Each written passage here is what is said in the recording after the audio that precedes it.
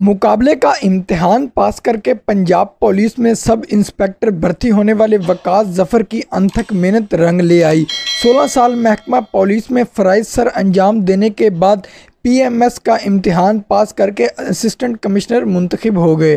अपनी ड्यूटी इतने सालों तक सर अंजाम दी पंजाब पुलिस में, इस पर मुझे फ़ख्र भी है।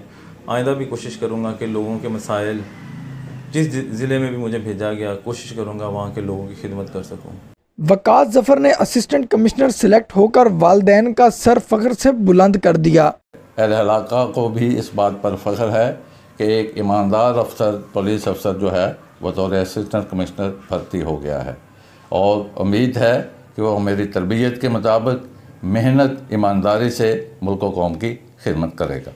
बतौर असिस्टेंट कमिश्नर सिलेक्शन पर डीपीओ साहबजादा बिलाल उमर, डीएसपी सदर इकराम खान बलोच ने वकास जफर को तोहफ़ देकर अलविदा किया। पसमानदा इलाके से ताल्लुक़ रखने वाले नौजवान ने साबित किया कि मंजिल के हसूल के लिए कोशिशें जारी रखने वालों का कामयाबी मुकद्दर बन जाती है।